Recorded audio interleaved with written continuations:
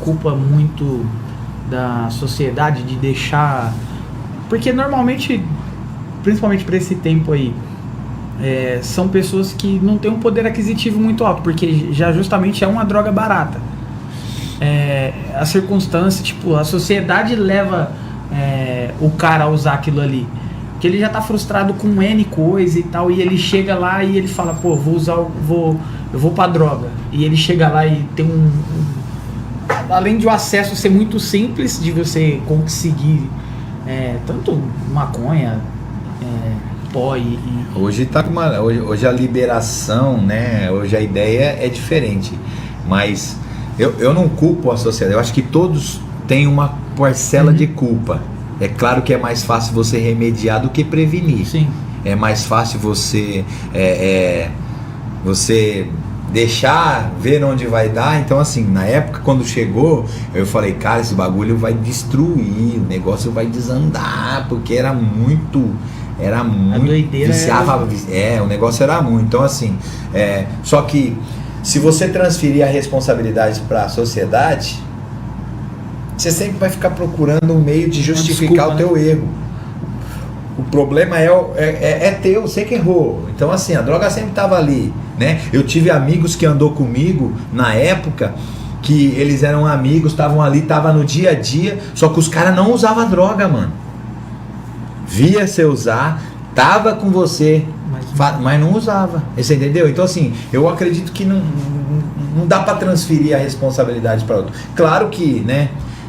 Quando eu entrei na droga, a droga ela nunca eu falo que a droga nunca é o problema. Guarde isso, gente. A droga não é o problema. O problema é o caminho que te leva até ela. É o caminho que você fez ali que te levou até ela. Por quê? Talvez é uma decepção, talvez é uma angústia, talvez foi uma frustração. Né? Os gatilhos, é o que a gente prega no 30 semanas, né, cara? 30 semanas é massa por conta disso, porque ele vai ali na raiz do problema, te dá, na época, a orfandade, né? Quando eu me enraizei com força na droga, foi quando eu perdi minha mãe. Por quê? Perdi minha mãe e perdi a esperança de vida. Aí juntou... irmão, aí eu queria viver um dia pelo outro, aí não tava nem aí, se ia morrer, se não ia. Cara, quem me conheceu na AC, né, quem me conheceu antes de Cristo, sabe que eu sempre fui transparente. Eu nunca tive problema de esconder nada de ninguém. Porque quem eu tinha que esconder, eu já não precisava mais, que era a minha mãe. E quando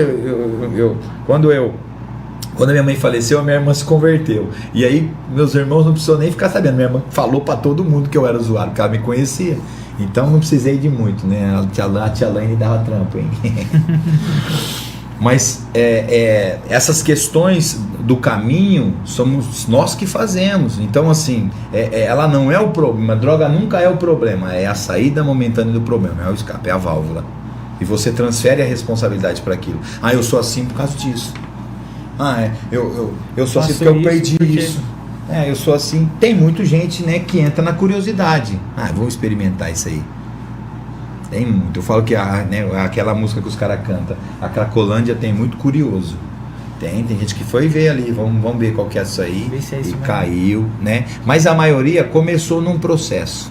Tem sempre um processo. Então, eu falo justamente por isso, por sempre ter alguma coisa por trás que levou a fazer aquilo ali. No caso, eu perguntei, tipo, nessa questão de ser, perdi minha mãe, e aí foi é um baque, né, cara?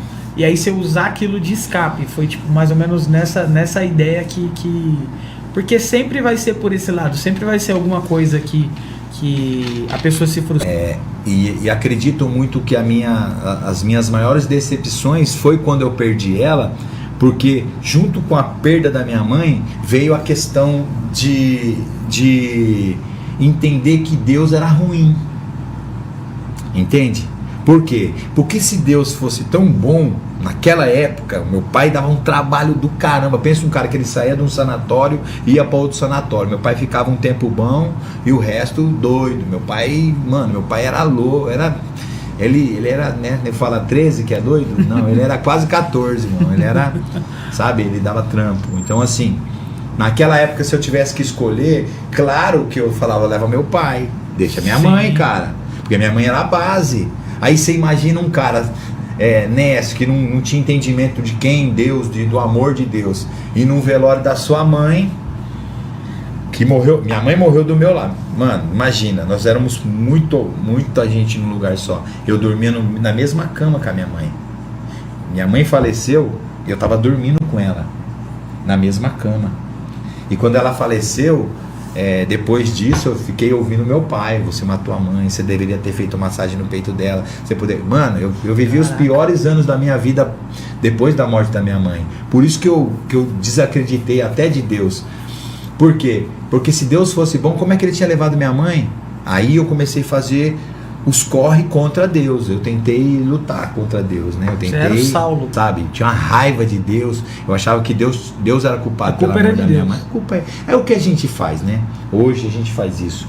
Hoje os traumas e as coisas negativas que a gente sofre, a gente culpa Deus. Essa pandemia ensinou isso para muita gente, sabe? Muitas pessoas perderam entes queridos, muitas pessoas culparam Deus. Por que Deus com a minha família? Por que levou a minha mãe? Então assim, quando você transfere essa responsabilidade para ele, não entende o propósito de Deus, você vai viver aquela questão da perda, cara. E quando você fica preso na perda, você só perde. E foi o que eu fiz 10 anos da minha vida depois da morte da minha mãe. Eu só perdi, foi os piores anos da minha vida. Foi os anos que eu mais... Claro que eu falei para vocês, eu sempre trabalhei. Porém, eu trabalhava para droga. Eu trabalhava para me destruir. E eu vivi os piores momentos da minha vida. De tudo que vocês imaginar. Até forca, até chegar muito louco, mas muito bêbado em casa, sabe? A sofrer acidente e quase perder a vida. Eu fiquei internado. Ó, tenho cicatriz no rosto, clavícula quebrada, que capotamos de carro, bêbado, um monte de vez, cara. Só andava com gente boa também. Ah, não. Os caras eram gente boa, mas nós era louco. É isso. Então, assim, a infância foi muito louca. Mas os piores momentos da minha vida eu vivi nisso daí, né? Em valorizar a perda. Quando você valoriza a perda, cara, você fica preso nela. Eu valorizei isso até entender. Mas isso eu só vim entender depois que eu conheci Jesus. Que eu entreguei meu coração a Jesus de verdade, porque antes era só